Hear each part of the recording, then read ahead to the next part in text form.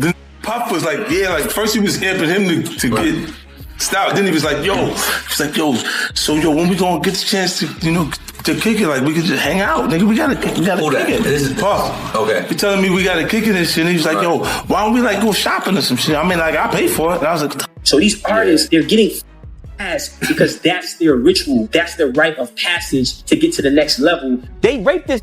They raped this. Videotape it. Then when he in a meeting, they give him a shitty contract. They play the video of him getting fucked by like 3 niggas. Everybody in the music industry that you see that's... The internet is buzzing with speculation as new chatter, leaked clips, and bold commentary spark fresh waves of curiosity across the hip-hop world. With 50 Cent speaking out and social media pulling Chris Brown and Diddy into the spotlight, what began as casual industry talk has turned into a whirlwind of public debate where influence, reputation, and long-buried tensions collide. As fans watch major figures trade pointed words and revisit old crossroads, like Chris once considering but ultimately not joining Bad Boy Records, the story now feels less like a missed connection and more like an unexpected twist in their separate journeys. Was it simply a path not taken, or a moment that redirected everything? Yeah, we get into the office, so we do the performance, like, we nervous, but we just do the shit, boom, all right. He said, yeah, I like this too. I don't like this light-skinned nigga up here, this little nigga up here. I said, that's just melted in that goddamn office at 12. I said, look, I'm and you're 12 years old. Yeah. But so I gotta ask. Yeah. Your partner was dark skinned? I mean, I gotta ask. Yeah, my brother. Chris Brown's rise wasn't shaped by who turned him away, but by his drive to keep evolving. Inspired by Michael Jackson, an artistic hero he once described with near spiritual admiration, he pushed himself toward a level of performance that felt almost untouchable. So when a major industry figure like Diddy passed on, signing him early in his career, it surely stung. But Chris didn't slow down. He refined his voice, elevated his choreography, and carved out his own identity. Now, years later, he stands as a global performer dropping new music, including Breezy, right around the time he mentioned that early turning point in a widely shared interview. Whether that timing was coincidence or a subtle nod to the past, it proves one thing. Sometimes a closed door isn't a setback at all, but the push that sends you exactly where you're meant to go. Meek Mill and all these guys. So what is that all about? Because deep, bro. Diddy might be out of here, huh? I think Diddy's out of here. Meaning like jail? Jail would be crazy, but I think like career-wise. Canceled, officially, done? Yeah, I think it's over. I think there's a difference between being canceled and being a criminal. Yeah, it's a big difference, right? Because I don't know if R. Kelly got canceled. They keep canceling me for raping. Yeah. Yeah, we heard. And I'm tired of but that's what I'm saying. Yeah, and I'm tired of people going. I don't think it's canceling. People keep going like, there's smoke and there's fire. No, the house is burnt down, bro. Diddy is that guy. Yeah, like everybody from Cassidy to the stories to the guy that just did the, he went to court and he's suing him and Lil Rod. And it's like, bro, there's a lot of information out there that's not good from his security guy that was Michael Jackson's security, that was the first guy in the scene when Mike died, to allegedly they're saying Diddy shot some dude and left and they just basically clean it up for him. It's like, bro, there's a lot of nefarious. How much gay stuff is going to come out with Diddy and Meek Mills? And bro, it's so crazy too. You guys know this. The moment somebody's like, man, he's done some gay stuff, from that moment on, every time you see a video and they just turn, you're like, oh, he's gay. He's gay, dude. What are the actual facts of the story? Like, you've done some content on this. What do you actually know? I don't know that much. I just know that there's like a lot of accusations. There's some, I guess, Me Too-esque stuff. Obviously, there's stuff with Cassie, maybe other people coming out. And, but that being said, I think he just won a lawsuit with his like liquor company. So that he was at a, I don't know if that's even public, but rumors on the street, he just won he settled racism lawsuit against Yeah, it might be even for like a couple billion or something like that. Oh, okay. So he basically just got to stay out of jail. And then he can go off into the sunset. Well, he settled with Cassie in like a minute, and that was his girl for like a decade or so. I don't know if he settled with her in a minute. Like, in order for that information to hit the blogs, they're probably going back and forth for a while, and then he's not paying. And she's like, I'm talking. Well, I'm going to talk. And then they're like, no, you're not. Okay. And then she did, and now 30 million. Yeah. Just to be like, shh. Within 24 hours. Wow. Yeah. She went public. Wow. Not even 24 hours. And then she came back and she said, we were able to settle things out, or I don't know what the words was she used. But, you know, I'm all these other things that's going on with the guys and Meek Mill. Who called them out, by the way? Forget about Tate, but which rapper was it that went after, is it 50 that he has a problem? Who is the person that always goes after? Well, 50 is always going after. 50 is the man.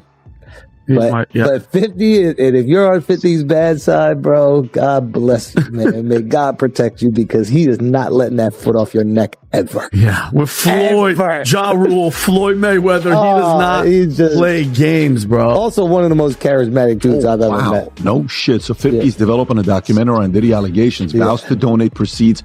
Wow. Sexual assault. Can you call it? When is this? Dude, this guy's a troll. He is unstoppable, man. This guy. Yeah. This guy. I remember when he was doing the stuff with Mayweather. It's like, here, put the alphabet. I wanted to read a book. One page from a Harry Potter book. Yeah. He was like, I'll donate 500,000. And these are both New Yorkers. They were best friends, though. They were best friends, too. Like, what was really the falling out? Like, that's his business, man. I'll let him explain that to you. But like, they were really close. So that's, I think, is it a public story or no? I don't know exactly. I don't know. I know he talked to me about something, but I let him share his business. Yeah. To me, there's a part about 50 that gives me a man's man vibe, bro. He is. That's the vibe I get from him, and even the way he edifies Eminem. You just gotta love the way he edifies Eminem. Just a lot of respect. A loyal dude who really understands people from a young age. From a very young age, understood social dynamics. Like, he told me, he was like, yeah, when I was like 12 or 13, I was raised by like old heads, and I was just observing them. You don't get to talk a lot when you're with the old dudes. You're just kind of watching the power dynamics, watch how things work. Man, he told me some crazy story. I don't know if I can share, but I don't think he would be upset. He told me some story about, like, when he first got out of prison or something like that. Like, he had like a crew of guys, and he went from being the dude on the block to potentially being lower now, because other dudes rise when you get locked up, but he still had his crew, so he was getting paid whatever he was getting paid to be part of the organization. And See, things are heating up rapidly as online chatter surrounding Diddy shifts into an intense, uneasy spotlight, transforming what began as peripheral speculation about his private life into a sprawling wave of public conversation fueled by podcasts, social media commentators, and comedians like Joe Rogan, who amplify broad, sensational comparisons that spark curiosity far more than clarity. While none of these claims are verified, the internet's insatiable appetite for intrigue and scandal continues to propel the narrative forward, turning casual whispers into viral talking points that dominate feeds and trending topics alike. As the clamor grows louder and more relentless, the focus increasingly moves away from the truth of the speculation itself, highlighting instead how swiftly online murmurs can shape public perception, influence discourse, and alter a story long before facts have any chance to surface, leaving both fans and industry insiders grappling with the speed and power of digital rumor. There's a reason. If 50 is out here not liking it, there is a fucking reason. He's not just waking up going, to hell with this guy. Yeah. Like, well, you saw that. You know what I mean? And by the way, and you saw the interview where they're interviewing 50, and he's like, it's a podcast, and he's like, This dude during a podcast with 50 and Diddy was like, yeah, daddy, let's go shopping. And he's like, what the fuck are you talking about? Yeah, I'm not gonna let another man take me shopping. What are you fucking talking about? And like, he just doesn't play these games. He just is upfront and honest, and he doesn't play. But that's a very good. That's a really good point. 50 don't like you, man. I'm looking into it. Yeah, exactly. I'm looking into it. Is this it? Is this when he said that? Yeah. I looked at him like, what you just say? Let me move, man, before I do something. You're gonna make me mess up the wedding. Oh, that's a nice gesture. Let me get out. No, dude, you take me. That's what a guy says to a girl. I asked 50 about that. And he said you did the same thing to him. You asked him to take him shopping. Yeah. I thought he needed some clothes. He told me to take. Yeah, no, we're good. We're good. That's a good response. Schultz, someone that made a cameo in that video right there was your guy, Charlamagne. I know you've done a ton of content with him. I think you guys did some content recently when you asked him about the Diddy allegations. Yeah. How'd that conversation go with Charlamagne? What are your thoughts on him? Oh, I mean, Charlamagne's the GOAT, man. Charlamagne is the motherfucking GOAT. We've been doing Brilliant Idiots, a podcast, for over like 10 years now, maybe 11, 12. I don't even know. But yeah, he's just the man. He's just the man. To be able to like maintain, being at the top is hard. And to maintain your spot at the top for over a decade. Oh no, even longer. I forget exactly how long Breakfast Club's been doing. And people don't even realize, like, growing up in New York, when we were growing up, it was Hot 97 was man. This is all everybody listened to. So he comes in, some guy from fucking South Carolina comes in and goes on the competing network that's not even competing. It would be like, what is the minor league team for the Yankees, the one that plays in Staten Island or whatever? Nobody even knows. There's a team there's like the AAA team, whatever. It would be if that team ends up replacing the Scranton Wilkes-Barre Rail Riders, some shit. Who knows? Whatever. Like, that's literally how much of a leap they made. It was, and now the Hot 97 is obsolete. Straight up. And I mean, you look at like what's the fact that you guys don't even know it. Like, this was the fucking radio Hot 97 every day. That's my word. Come on, bro. Yeah. Who was it? Who was the everybody? Their mother was on Flex, there. Angie Martinez, Star and Buck Wild. I mean, it was just, and they would have like Jay-Z. Everybody would go in there, promote, talk, crap, drive with that whole beef. It was insane. It was unbelievable. And the music that they played was absolutely ridiculous. Yeah. They played all the hot stuff. So if you like this clip and you want to watch another one, click right here. And if you want to watch the entire podcast, click right here. Let's see what we're doing. Goddamn. My outfit look like you know another nigga that fit like this. Watch change color when I lift my wrist. It's the Motel 6, keep on them lights. Take a picture on the day, fuck her at night. She got a boyfriend, like, bye, nigga, bye. I'm like, cool, I'm trying to be the same.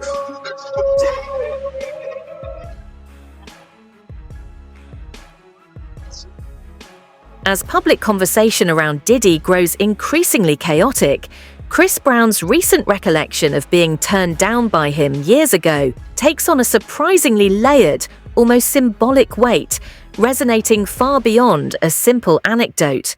With Diddy now under intense media scrutiny and Brown enjoying a renewed surge of momentum in his career, the resurfacing of that old story feels impeccably timed, prompting fans to debate whether it marks a meaningful crossroads in their personal and professional narratives, or is simply a savvy instance of storytelling at its finest.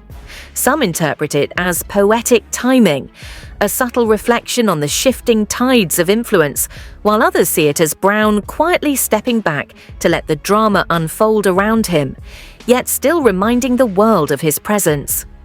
Either way, it underscores just how fluid and unpredictable celebrity narratives can be, particularly in an industry where timing is everything, and the truth often emerges long after the headlines have already dominated the conversation, leaving observers to reconsider the stakes, the players, and the power dynamics at play. We still here, we still doing it. Let's keep it going, brother. Happy to be here. Hey, I had to bring you back, man. The people love you, man. So, it's only right to bring you back. But I want to get right into it, right? Why do you think Diddy haven't been indicted yet? Listen here, bro. It's a term in the legal field that you could indict a ham sandwich. But the Southern District of New York has a 98.2 conviction rate. All right, for those who don't know, if you got 100 people, only 1.28 or something like that, 1.8, only 1.8 has won against them. So now, what they doing, they already got the witnesses, they already got the people, because let me just say something. With the sex trafficking thing, it only takes one witness to convince the jury. One witness.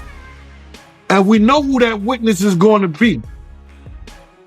Cass. She filed a civil suit against him. So it only takes one, in the sex trafficking charge, it only takes one witness. Now we got other people like Jonathan Odie, who was one of the sex workers, that he gave a testimony, or well, he gave some information to some agents that he was working, doing sexual acts with Cassie, cross states, going back and forth, this, that, and the third. So it only takes one witness. So now, the reason they haven't went after for him, because there's more to get into. It's more to get into. It's not only the sex trafficking, it's the guns, the alleged drugs. And I'm saying alleged because they haven't came out with any formal charges yet. But when they come out with some charges, bruh, and you hit it, the Southern District of New York do not play. And people don't play with them.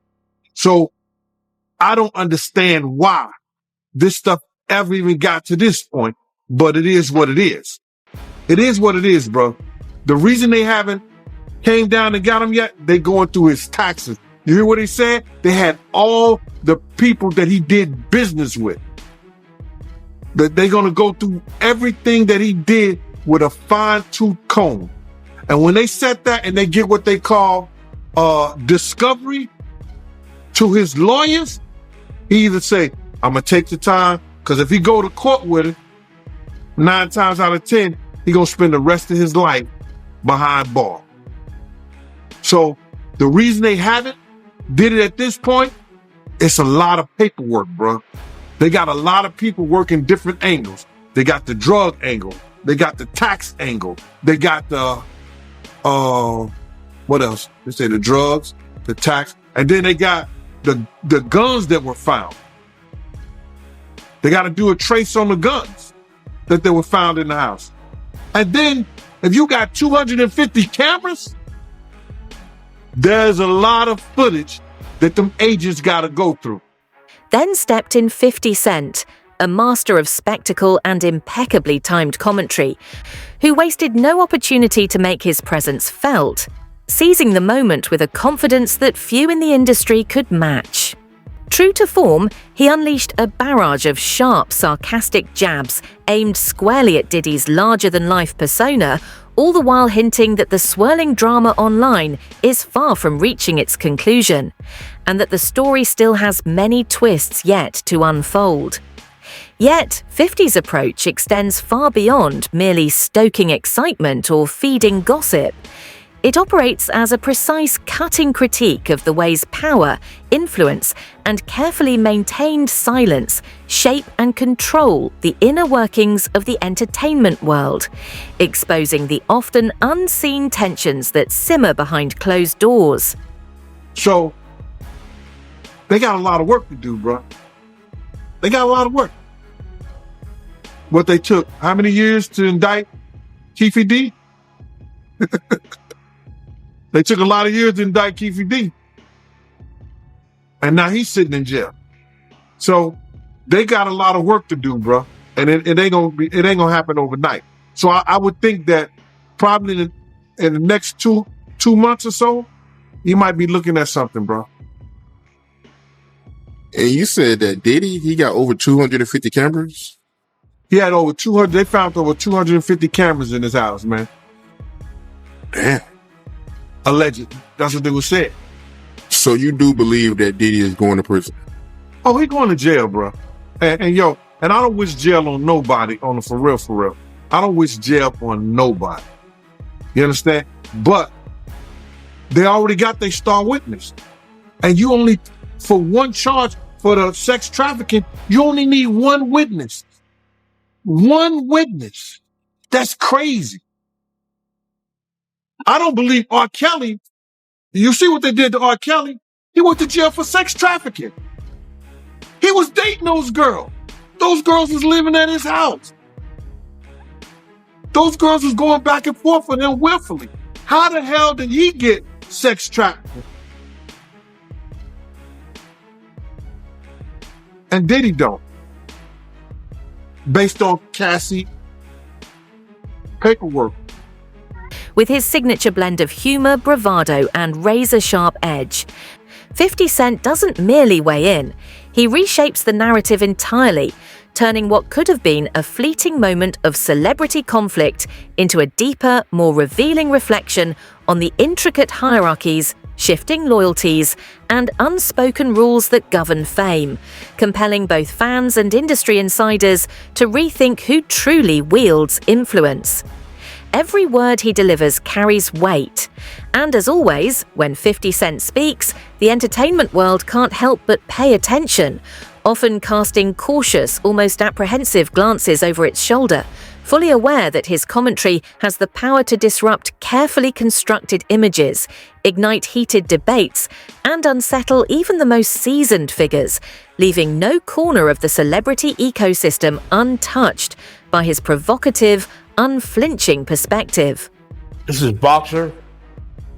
His name's Twan. He's from our neighborhood. He was married to Tanisha Arnold. So Brawl played Pam on Martin Lawrence. We went to the party with her. I mean, it was matter of fact, it was the Set It Off party. Jada Pickett, Biblical Fox, all of them was there. You know what I'm saying? It was just seemed like Puff and Tupac was like a couple, seemed like to me. It was just a lot of weird shit going on, you know what I'm saying? The Fives ain't there. I guess that's what Tupac was talking about, the Illuminati and shit. It's like Vivica Fox was with this big gay man. He was 6'9". They called him, his name 6'9". He had the red hair with big old booty and shit. Nobody was gay no more. What the fuck is going on here? It's just a lot of weird shit, dude. You know what I'm saying? It ain't right. You know what I'm saying? I guess that's what Tupac, I guess he wanted to get up out of the Illuminati or something. But I seen it here that, matter of fact, MC Lyte pulled off with Tanisha Arnold. You know what I'm saying? In her brand new 560. Black one. Yeah, that shit weird, dude. Yeah, that's some weird ass shit going on, you know? Yeah. And what was Tupac doing at the party, yo? Him and Puff was there together. They was there, you know what I'm saying? That's why I don't know how they fucking fell out or nothing like that. They was road dogs, you know what I'm saying? They even got pictures of him. He got on that blue sweater with the turtleneck. Him and him hugged up like this with the black hat. Have you ever seen that picture? Nah, I don't recall, but I'm pretty sure I came across it. Yeah. That picture there, that they was at that party that day. Yeah, it's just like a bunch of weird shit. That whole fucking, yeah, that shit weird, dude. Yeah, bunch of, it ain't right. You know what I'm saying? I'm not no gay basher or nothing. I mean, none of that shit. That shit ain't right. You know what I'm saying? That whole party was weird out. Yeah, it was Jada Pickett. But You saying the whole party was weird. What did you see at the party that made it weird? I mean, I'm confused. I guess it was Illuminati. It was just weird. I know I wouldn't want to be part of no shit like that. You know what I'm saying? You know, I'm from the old school, dude, and that shit wasn't really tolerated with my generation. You know what I'm saying? Yeah, hate crime, yes, but it's more tolerated these days and nothing like that. It's more, you know what I'm saying, more open now, you know what I'm saying? But back then it was kind of fishy, you know what I'm saying? Still kind of fishy, you know, but it's more, you know, out there now. The incident y'all had with Warren G and Kid Frost. Tell me about that, my man. Okay, Kid Frost had gave a party at the House of Blues. One of our big homeboys wanted to go with us. Saying, so he went with us and we said, ooh, you young niggas have fun. This unfolding tension between Diddy, Chris Brown, and the ever-provocative voice of 50 Cent has grown into something far more significant than the usual wave of celebrity buzz. It now feels like a pivotal moment of reckoning for the entertainment world itself, a rare instance where long-standing power dynamics are being challenged openly rather than allowed to simmer beneath the surface. Diddy's once untouchable reputation is facing unprecedented scrutiny from both the public and within the industry, creating a striking contrast with Chris Brown's steady and increasingly intentional career resurgence, which appears sharper and more calculated as he adapts to the changing cultural climate. Meanwhile, 50 Cent continues to amplify the tension by stepping into the fray as a bold, unfiltered commentator, positioning himself as a disruptive force willing to say what others avoid, pushing the narrative forward in ways that keep conversations alive and impossible to ignore. I'm sorry, I'm a little upset about it. Because Al B. Shore just came out of his coma, and I've been talking to Al, and we've been texting back and forth, and I'm just glad that he's alive to text. Oh, Definitely. Yeah. Yeah. When you think about Kim, I was thinking to myself the other day, Uptown Records started with 5 people. Andre Harrell, Al B. Shore, Heavy D, and Puffy. And Kim was the longest working employee because she was there from the very beginning. She was Andre's personal assistant. Kim's dead. Heavy D is dead. Andre Harrell is dead. The only 2 left are Puffy and Al almost died. Isn't that interesting? It is interesting. Heavy D was found dead, face down in the heart attack. Andre Harrell, heart attack. Kim died from pneumonia, but there's the first coroner's report that said that she died. It was ruled a homicide, and they found toxins in her body to prove that she had been poisoned. You know, they have poisons that create heart attack and pneumonia-like symptoms. And then right after that, Al had a meeting, and I was going to meet up with him because we were in Vegas. And then the next thing you know, you want to know what they all had in common, though? The survivors and the late of Uptown Records, they were all writing tell-all books. Andre was writing a book right before he died. Heavy D was working on a book before he died. Kim Porter was working on a book before she died. And Al B. Shore was working on the documentary of his life.